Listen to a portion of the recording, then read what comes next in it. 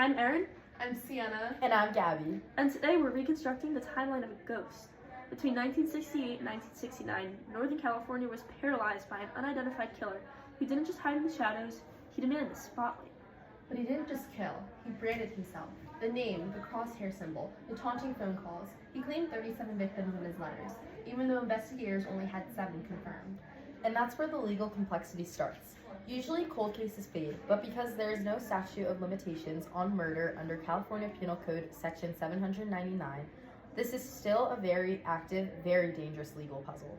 To understand the killer, we have to look at the pattern. Like we started earlier than most people think. June 1963, Santa Barbara. Robert Domingos and Linda Edwards were found in a shack near the beach. They were bound with rope and shot with a .22 caliber weapon. Fast forward to December 1968, Lake Herman Road. High schoolers Betty Lou Jensen and David Faraday are on a date. Someone fires warning shots into the car, forces them out, and it's a bloodbath. From a forensic standpoint, the ballistics were the first major clue. The killer used a Winchester Western Super X copper-coated ammo. That same specific ammunition links back to the 1963 Santa Barbara murders. Then, July 4th, 1969, Blue Rock Springs. Darlene Farron and Michael Magoo are attacked. Michael miraculously survives, but it's the aftermath that's chilling. Right. At 12:40 a.m., a man calls the Vallejo police from the payphone. He speaks in a low, monotonous voice. He doesn't just confess to the shooting that night. He takes credit for the Lake Herman Road murders from the year before. That call is a huge legal pivot. Today, that's a violation of 47 U.S. Code 223 regarding harassing telecommunications. He was using public infrastructure to terrorize the very people meant to catch him. This is where the research gets dense. In July 1969, he sent his first 3-part cipher to the Chronicle, the Examiner, and the Times. He threatened to cruise all weekend and kill more people if they didn't put his code on the front page. The 408 Cipher. It was solved by a couple in Salinas. It was terrifying. I like killing people because it's so much fun. But the 340 cipher, that one sat unsolved for 51 years. It wasn't until 2020 that an international team of codebreakers finally cracked it. He told them, "I hope you're having lots of fun trying to catch me." Legally, he was trying to create a special circumstances under the section 190.2. By using the media to threaten the public and premeditating these attacks through ciphers, he was essentially ensuring that if he were ever caught, the death penalty or life without parole would be the only options. Our research has identified dozens of names, but a few always rise to the top.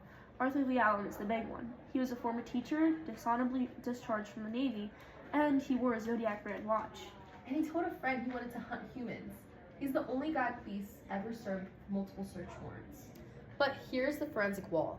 Allen's DNA didn't match the saliva on the envelopes. His fingerprints weren't a match for the bloody print found on Paul Stein's cat. In the eyes of the law, circumstantial evidence, even overload evidence, doesn't equal a conviction without a forensic link. Then you have Ross Sullivan, who worked at the library near where Sherry Jo Bates was murdered in Riverside in 1966. He looked exactly like the police sketch. He even wore these military-style boots that left prints at the lake Berryessa stabbing.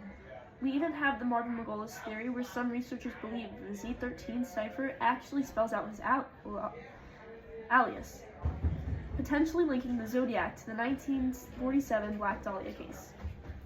What about the 2021 update? The case breakers named Gary Francis Post.